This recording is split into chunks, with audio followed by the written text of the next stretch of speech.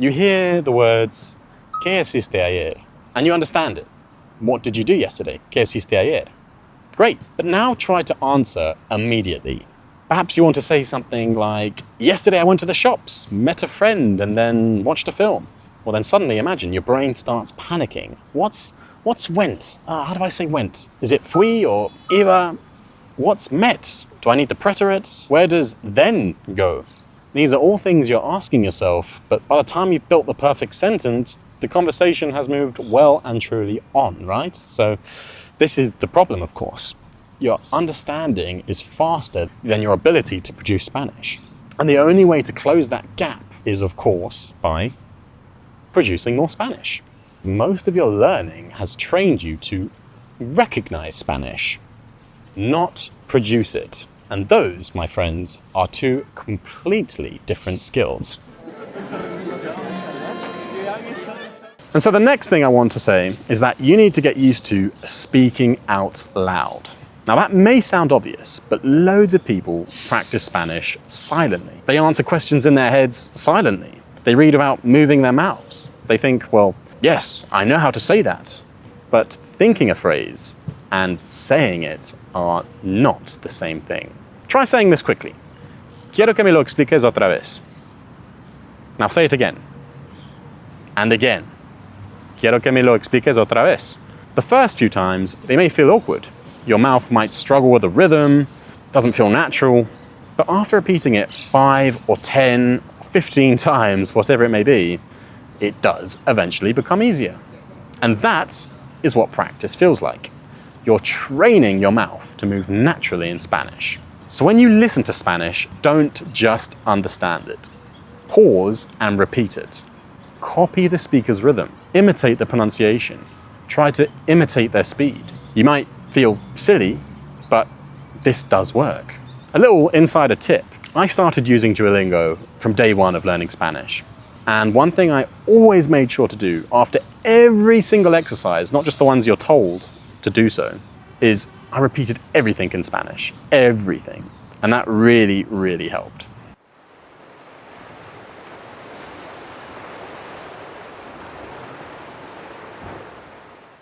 In my years of learning Spanish, I've seen a lot of fellow learners tell themselves, I'll start speaking when I know more vocabulary, or I'll start speaking when I feel more confident. But I hate to say it, confidence normally comes after speaking, not before it. The truth is, you start badly. We all do. But then the good news is that you improve. And with that, that's when the confidence starts to appear, isn't it? At some point, you have to accept that your Spanish will be imperfect. The idea of speaking perfect Spanish is probably the biggest reason people freeze. They're trying to create a perfect sentence. They're thinking about grammar, pronunciation, vocabulary, and word order all at once. But real conversations move far too quickly for all of that. So native speakers don't carefully construct every sentence. They just use phrases they've said thousands of times before. Instead of trying to build complicated sentences, use simpler Spanish, right? You don't need to say, unfortunately, due to the fact that I was feeling slightly unwell, I decided not to attend the event. No, you can just say, no fui porque me sentía mal. I didn't go because I felt unwell. So that's simple Spanish, right? Spoken confidently, and it's going to be a lot better and a lot smoother than the advanced Spanish that's trapped in your head, right? Another thing I see is that a lot of people try to learn isolated vocabulary. They learn depender, to depend, cuenta, account, dar, to give. But in real conversations, you don't have time to assemble individual words like pieces of furniture. It's much easier to learn complete phrases. So for example, depende, it depends. Me he dado cuenta, I've realized. Me da igual, I don't mind. No tiene sentido, it doesn't make sense. ¿A qué te refieres? What do you mean? These phrases they're ready to use. This is how fluent speakers sound fluent. They have thousands and thousands of useful chunks stored in their memory. They're not inventing the language from nothing during every conversation.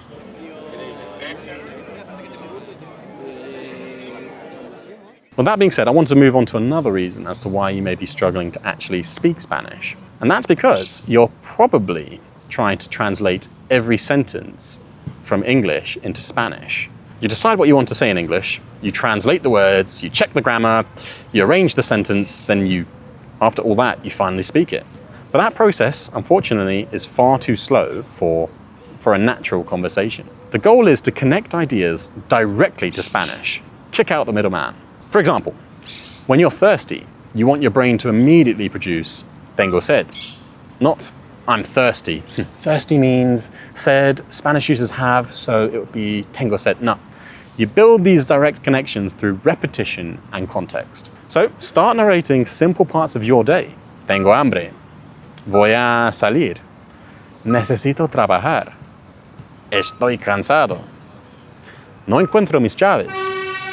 It might feel basic, but this is how you begin thinking directly in Spanish.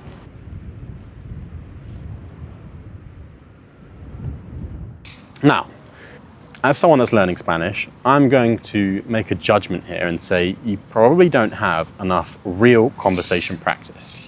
You might know how to complete a grammar worksheet, you can probably ace a lesson on Duolingo, but can you actually order food? Can you explain a problem that you might be having at a hotel? Can you ask a taxi driver a question? Can you make small talk? Real conversation it's unpredictable, and that is what makes it difficult. In a textbook, you know what the chapter is about, right? But in real life, someone can say just about anything.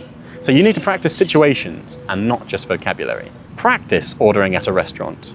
Practice checking into a hotel. Practice asking for directions or introducing yourself. Practice telling someone what you did at the weekend, what your plans were. The more often you rehearse these situations, the less sort of daunting or frightening they become. And finally, I have to say, stop being scared of making mistakes. Let's be honest, for many people, the real problem isn't the Spanish, it's the embarrassment. Nobody wants to sound stupid or have their Spanish corrected. You don't want to use the wrong verb. You don't want the other person to reply in English. But guys, mistakes are not evidence that you're failing.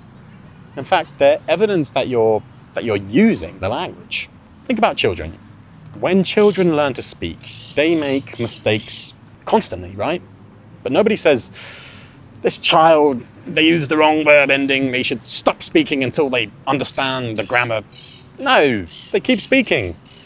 People respond and they adjust. And eventually, or quite quickly in the case of children, they improve. You just have to give yourself the same permission. So stop treating every conversation like an exam. When someone speaks to you in Spanish, they're probably not judging your grammar. They're just trying to understand you.